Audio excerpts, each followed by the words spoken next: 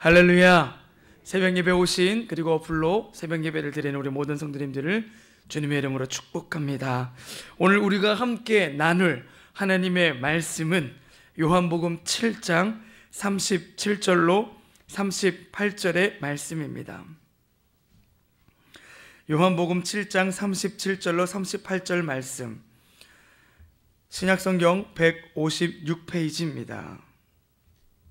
우리 요한복음 7장 37절로 38절의 말씀을 우리 한 목소리로 합독하겠습니다. 명절 끝난 날 곧 큰 날에 예수께서 서서 외쳐 이르시되 누구든지 목마르거든 내게로 와서 마시라. 나를 믿는 자는 성경의 이름같이 그 배에서 생수의 강이 흘러나오리라 하시니. 아멘. 하나님의 성령이 이 성전에 충만합니다. 오늘 주의 전을 찾은 우리 모두에게 하나님께서 큰 은혜를 부어 주실 것입니다. 저는 모태신앙으로 하나님을 믿으면서 자랐습니다. 어려서부터 교회 가는 것이 자연스러웠습니다.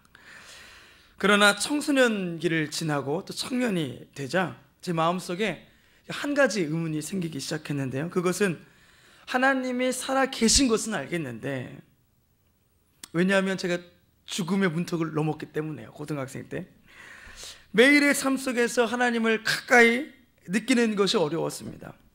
제가 할 수 있는 것은 하나님 나를 좀 만나주세요 라고 기도하는 것 뿐이었습니다. 그것은 신학교를 가서도 풀리지가 않았습니다. 성경에 대한 지식은 쌓여갔지만 내 안에 그리스도의 생명을 느끼는 게 어려웠습니다. 성경 공부와 삶에 거리가 있음을 느끼면서 나 자신에 대한 실망과 또 그 자책감만이 커갔던 것 같습니다. 말씀을 살아내지 못하면서 말씀을 살아내야 한다라고 내가 만나는 사람들에게 또 성도님들에게 말하는 나를 보면서 외식하는 서기관과 바리새인이 나구나 하는 생각들을 하게 되었습니다. 그러나 한세교회에서 사역을 시작하면서 그동안 제가 신앙생활 가운데 가졌던 그 의문에 대한 해답을 얻게 되었습니다. 구원받은 이후에 성도의 삶에 왜 능력이 나타나지 않는가? 어떻게 하면 내가 매일의 삶 속에서 그리스도를 살아낼 수 있는가? 이것은 아마 저뿐만 아니라 예수님을 믿는 자들이라면, 우리 성도님들이라면 누구나 다 한 번 정도는 생각해 봤을 법한 문제라고 생각합니다. 담임 목사님의 설교 말씀을 통해서 그 놀라운 비밀들을 깨닫게 되었는데요. 오늘 한번 엑기스만 모아서 우리 성도님들과 그것들을 좀 나눠보려고 해요. 우리가 하나님의 살아계심을 경험하고 누리기 위해서는 우리 안에 내주하시는 그리스도를 알아야 되는구나 하는 것들을 깨닫게 되었습니다. 한번 따라해 볼까요? 내주하시는 그리스도. 아멘. 성경은 사람을 맨 처음 언급할 때 하나님이 그분 자신의 형상대로 사람을 창조했다라고 말씀하십니다. 사람은 하나님을 표현하기 위해 지은 바 되었다라는 거예요. 그리고 창세기 2장에 가면 하나님의 사람 앞에 생명나무를 두십니다. 그것은 사람으로 하여금 이 생명을 그 안으로 취하여 드리게 하려는 하나님의 계획과 의도가 있으신 거예요. 왜냐하면 하나님은 사람을 통해 그분 자신을 표현하기 원하셨기 때문에 그렇습니다. 하나님이 사람을 통해 그분 자신을 표현하시려면 그분은 반드시 사람과 하나가 되어야만 하고 사람 안으로 역사되어야만 하기 때문에 하나님께서는 사람의 그 생명을 취하시기를 원하셨던 것입니다. 그래서 하나님께서 우리 안에 역사하시려면 우리가 반드시, 믿는 우리가 반드시 알아야 되고 거쳐야 될 단계들이 있습니다. 그 첫 번째가 바로 성육신을 통한 우리를 향한 하나님의 사랑인 줄 믿습니다. 하나님께서는 사람과 하나가 되기 위해서 예수 그리스도를 이 땅에 보내주셨습니다. 하나님은 성육신을 통해 우리와 함께 하신 하나님이 된 거예요. 그냥 하늘에 계시는 하나님이 아닌 우리와 함께 하신 하나님. 예수님이 인간의 몸을 입고 이 땅에 오셔서 세상의 죄를 위하여 피 흘리심으로 하나님께서 우리에게 대한 그분의 사랑을 확증하신 줄 믿습니다. 그래서 로마서 5장 8절에 이렇게 말씀하세요. 우리가 아직 죄인 되었을 때에 그리스도께서 우리를 위하여 죽으심으로 하나님께서 우리에 대한 자기의 사랑을 확증하셨대요. 원래는 내가 치러야 될 그 죄값을 예수님께서 대신 치러주신 거예요. 대신 죽어주신 거예요. 대신 갚아주신 거예요. 이건 놀라운 하나님의 은혜가 아닐 수가 없습니다. 그래서 우리는 거저산 인생이 되었어요. 예수님 자리들이 된 줄 믿습니다. 그리고 그것뿐만 아니라 예수님께서 십자가에 못 박혔을 때 나의 모든 죄를 사해 주시고 더 나아가 사탄 마귀의 권세도 깨트리신 줄 믿습니다. 아멘. 십자가를 통해 죽음을 경험한 자들은 이제 부활의 능력을 맛보게 해 주시는데요, 이 부활은 이전에 나는 죽고 예수 그리스도의 생명으로 태어났습니다, 새롭게 되었습니다 하는 것을 의미하는 것인 줄 믿습니다. 그리고 두 번째로 우리가 알아야 될 것은 예수님께서 사망 권세를 깨트리시고 부활하시고 승천하셔서 하나님의 보좌 우편에 앉으셔서 만유의 주가 되셨다라는 거예요. 예수님을 믿는 자들에게 하나님께서 그분의 자녀가 되는 권세를 주시고 하나님의 유업을 얻을 상속자가 되게 하시려고 모든 것들을 이루시고 만유의 주로서의 그 대관식을 하시며 이미 하나님의 보좌 우편에서 우리와 함께 하고 계시는 줄 믿습니다. 아멘. 우리의 그 주님께서 이미 모든 것들을 다 이루시고 승리하셨기 때문에 우리는 주님께서 이루신 것들을 받아 누리기만 하면 되는 거예요. 이렇게 예수님께서 나의 주가 되시고 나의 하나님이심을 고백하는 자들은 침례와 내주하심의 그 공과를 배우고 나서 실질적인 하나님의 살아계심을 경험하고 누릴 수 있게 된다라는 것들을 깨닫게 되었습니다. 그래서 우리가 침례와 내주하심에 대해서 좀 더 깊이 알아보기 원해요. 침례라는 것은 그리스도 안으로 우리를 집어넣는 것을 의미합니다. 물속에 잠기면서 나는 죽고 나의 옛 본성과 자아는 죽고 물 밖으로 나오면서 예수님의 생명으로 다시 태어나는 것, 그게 침례예요. 우리 여기 앉아 계신 성도님들도 다 그 한 번 정도 침례를 받고 그 침례의 감격과 경험들이 있을 거예요. 요한복음 3장 3절에 예수님은 물과 성령으로 거듭나야 하나님의 나라를 볼 수 있다라고 말씀하십니다. 그래서 이 마태복음을 보면 하나님이 택하신 사람들을 그분 안으로 집어넣는 말씀을 기록하고 있어요. 우리가 잘 알고 있는 예수님의 지상명령, 마태복음 28장 19절에 이런 말씀이 있어요. 그러므로 너희는 가서 모든 민족을 제자로 삼아 아버지와 아들과 성령의 이름으로 침례를 베풀라.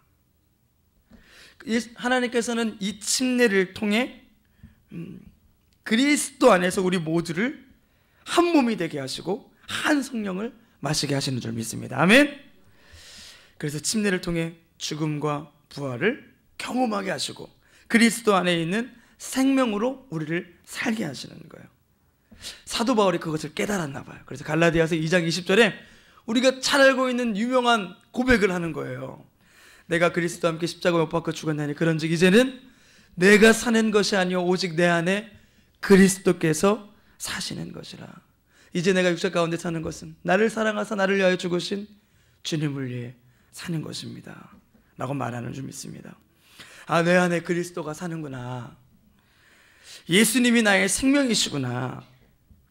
하나님이 그 침례를 통해서 나에게 주님 안에 있는 그 생명을 주신다는 것을 깨닫게 되었습니다. 이렇게 침례를 이해하고 나서 하나님께서 우리 안에 역사하기 위해 우리가 배워야 될 그 마지막 공과는요, 바로 내주하심이에요. 이 내주하심이 무슨 뜻인가 봤더니 우리 안으로 라는 뜻이래요. 내주하심은 우리 안으로 라는 뜻인 거예요. 하나님의 성령이 저와 여러분 안에 함께 하신다는 거예요. 얼마나 놀라운 일이에요. 살아계신 하나님이 전 우주와 이 만물을 지으신 창조주이신 하나님이 우리 안에 함께 하신다는 거예요. 요한복음 14장 16절과 17절 말씀을 제가 읽어드릴게요. 내가 아버지께 구하겠으니 그가 또 다른 보혜사를 너희에게 주사 영원토록 너희와 함께 있게 하리니 그는 진리의 영이라. 세상은 너를 능히 그를 받지 못하나니 이는 그를 보지도 못하고 알지도 못함이라. 그러나 너희는 그를 아나니 그는 너희와 함께 거하시며 또 너희 속에 계시겠습니다. 우리가 마태복음을 통해서 그분 안으로 넣어지는 침례를 배웠다면 요한복음에서는요, 이 말씀을 통해서 그분 안으로, 우리 안으로, 우리 안에서 역사하시는 그 내주하시는 하나님을 알게 하시는 거예요. 그래서 예수님께서 이렇게 말씀하세요. 누구든지 목마르거든 내게로 와서 마시라. 나를 믿는 자는 성경의 이름같이 그 배에서 생수의 강이 흘러나오리라. 하나님이 우리 안에 역사하게 하시기 위해서는 침례로 시작해서 계속해서 마시는 일들이 있어야 한다는 거예요. 기억해야 될 것은 침례는 한 번의 일인데 마시는 것은 계속해서 일어나는 일이래요. 그 마심을 멈춰서는 안 됩니다. 침례를 말미암아 우리가 예수님 안으로 넣어지고 마심으로 말미암아 그리스도를 우리 안으로 받아들이는 일들을 계속해야 돼요. 우리는 마셔야 돼요. 마시는 것이 모든 문제를 해결하는 열쇠예요. 그래서 성경 전체는 우리에게 끊임없이 먹고 마시라고 이야기해요. 먹고 마시는 것이 우리가 되기 때문에 그래요. 생명나무이신 예수님을 먹고 생명강이신 예수님을 마시는 것, 성경은 이 두 가지의 것으로 끝을 맺습니다. 그래서 생명주는 영이신 예수님을 마시는 것이 우리의 모든 문제를 해결하게 하는 열쇠이시고, 매일매일 그분을 마심으로 우리는 더 많은 그리스도를 우리 안에 받아들여야 될 줄 믿습니다. 아멘. 이게 바로 내주하심이래요. 그러면 좀 더 구체적으로 어떻게 주님을 마실 수가 있나요? 주님이 뭐 보이는 건가요? 이렇게 주님이 뭐 음료수여가지고 탁 따가지고 마실 수 있는 게 아니잖아요. 주님을 마실 수 있는 방법은요, 그분의 이름을 부름으로써 가능케 되는 것인 줄 믿습니다. 아멘. 그래서 담임 목사님을 통해서 우리가 잘 알고 있는 게 있잖아요. 오늘 아까 조금 전에 새벽 차량을 운전하면서 우리 권사님들도 그 예수님을 마시는 일들을 이미 삶 가운데 하고 계시더라고요. 오 주 예수. 아멘. 우리 한번 같이 마셔볼까요? 시작. 오 주 예수. 제가 보니까 여기 앉아 계신 우리 성도님들은요, 마시는 전문가들이시네요. 네, 아멘. 생명 주는 영을 마심으로써 우리 안에 내주하시는 그 그리스도를 우리가 경험하고 누릴 수 있다는 거예요. 저는 이게 참 놀라웠습니다. 그렇구나. 그냥 문자적으로만 들어서 그치는 것이 아니라 그 주님이 살아서 내 안에 역사하기 위해서는 내가 침례를 통해 주님과 함께 죽고 날마다 주님의 이름을 부름으로 그분을 마시는 것이 필요하구나. 얼마나 이게 실질적인 것인가. 나의 어떤 문제가 해결되고 안 되고가 아니라 나의 감정에 어떠함과 상관없이 우리가 주 예수를 부름으로 그분을 마실 때, 끊임없이 그분을 호흡할 때 하나님께서 우리 안에 살아 역사하시는구나 하는 것들을 알게 되었습니다. 주 예수를 부름으로 성령님의 살아계심을 경험하고 누리는 저와 여러분들이 되기를 주님의 이름으로 축복합니다. 아멘. 내가 주 예수를 부를 때 어떤 일이 일어나냐면 내 영의 만족함과 풍성함을 누릴 수 있게 되는 거예요. 그래서 우리의 영혼이 잘 되고 범사가 잘 되는 축복을 하나님께서 주시는 줄 믿습니다. 모든 사람들은 뭔가가 부족해요. 남편도 부족함을 느끼고 아내도 부족함을 느낍니다. 사람의 부족함을 채우려고 많은 노력을 합니다. 종교로, 문화로, 과학으로, 위대한 가르침으로. 그러나 그 어떤 것도 우리의 그 마음을 채울 수 없음을 우리는 이미 알고 있습니다. 순간에 채워지는 것 같아요. 그러나 금세 공허해지잖아요. 왜냐하면 우리는 영으로, 하나님께서 우리를 영적인 존재로 지으시고 만드셨기 때문에 그래요. 우리의 영은 오직 영이신 하나님으로만 채워지는 줄 믿습니다. 아멘.